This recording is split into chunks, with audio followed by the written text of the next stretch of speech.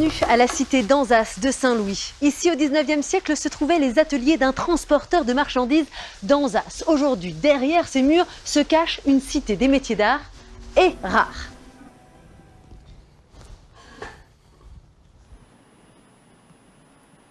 Ce qui est bien à la cité d'Anzas, c'est qu'on est très vite piqué par le virus.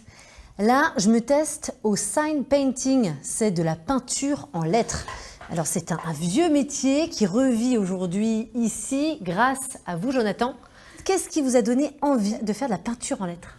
Depuis tout petit, j'ai toujours aimé dessiner et avec mon cursus dans le milieu du graphisme, je suis tombé là-dedans avec quelques voyages à l'étranger comme à Londres où je voyais des artistes peindre sur les pubs et en fait c'était un écoulement naturel. Je voulais travailler de mes mains en fait.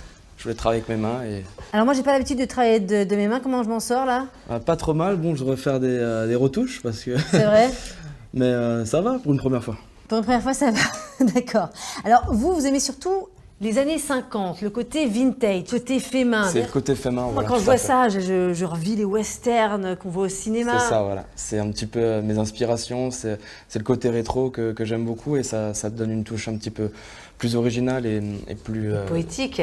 Et aussi le fait main qui est humain, qui donne ce côté très authentique, quoi. Vous parlez d'humain, ça tombe bien parce que vous n'êtes pas tout seul ici. Il y a aussi Stéphane et Francis. Alors Stéphane, c'est plutôt le street artiste de la bande, hein. Stéphane, qu'est-ce qu'on peut dire sur votre travail? Là, on voit qu'il y a des mobiles. Oui, je réalise des constructions mobiles.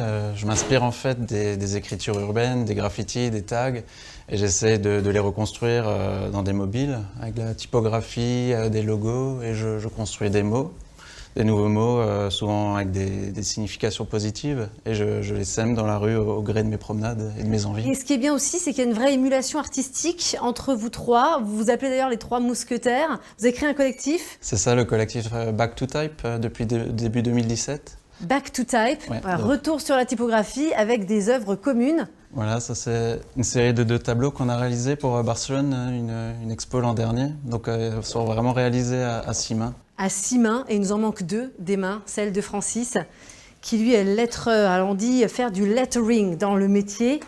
Francis, vous, ce que vous aimez, c'est vraiment ne pas travailler à l'ordinateur, mais au départ, dessiner. Oui, tout à fait. Ouais. Le lettrage, c'est la création de lettres et de mots de manière unique et authentique, donc fait manuellement. Et donc, moi, je fais ça toute ma journée. Je crée des lettres à travers des logos, des illustrations, des choses comme ça. On peut encore créer de nouvelles lettres aujourd'hui. On peut toujours créer de nouvelles lettres. Et là, l'avantage un peu du lettrage, c'est qu'on va penser la lettre, mais à la fois les mots en entier. Donc, on va pouvoir donner, par exemple, à des logos et des illustrations, un caractère unique, en fait. C'est le gros avantage du lettrage. En fait.